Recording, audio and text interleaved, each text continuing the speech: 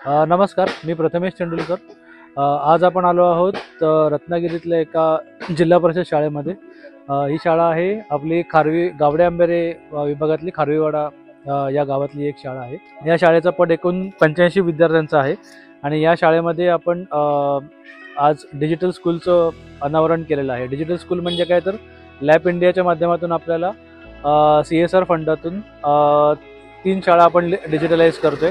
त्यात ही एक शाळा आहे। त्यानंतर आपण जाणार आहोत मावळंगे शाळेमध्ये आणि त्यानंतरची पुढची शाळा आहे आपली गोळप नंबर 1।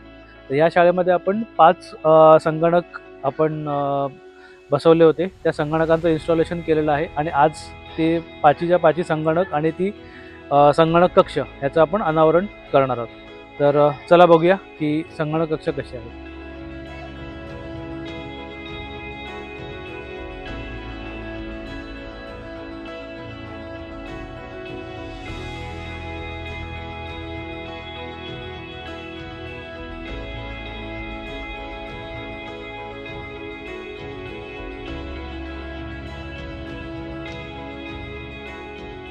खारवीवाड्यातल्या शाळेचं आता संगणक कक्षाचं उद्घाटन झालेलं आहे।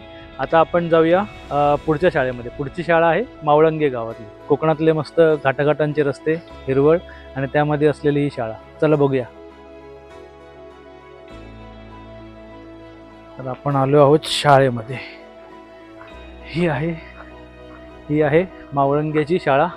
चला बघूया की संगणक कक्ष कसे झाले। अच्छा, नमस्कार।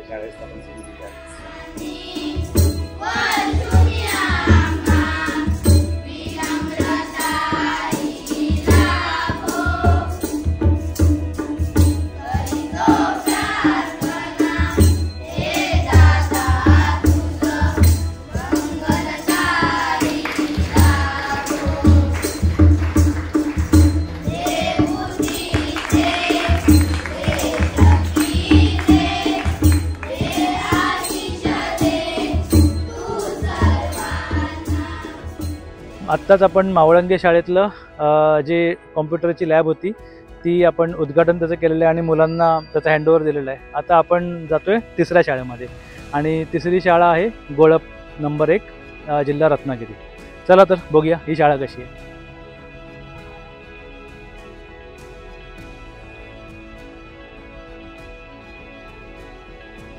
तर ही आहे ती आदर्श जिल्हा परिषद पूर्ण प्राथमिक शाळा गोळप क्रमांक 1।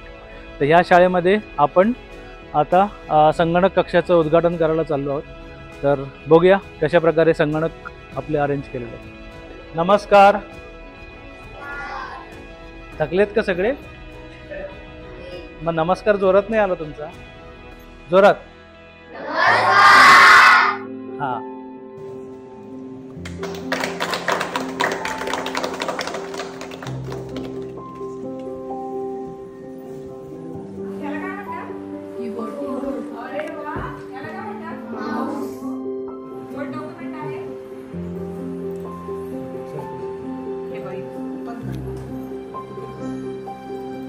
नाव तुझं नाव काय?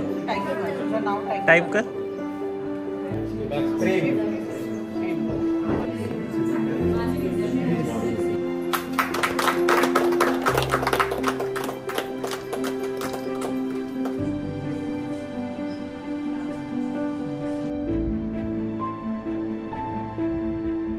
तर तुम्ही बघू शकता की आता वर्गांमध्ये मुलांनी संगणक तर चालू केलेले आहेत।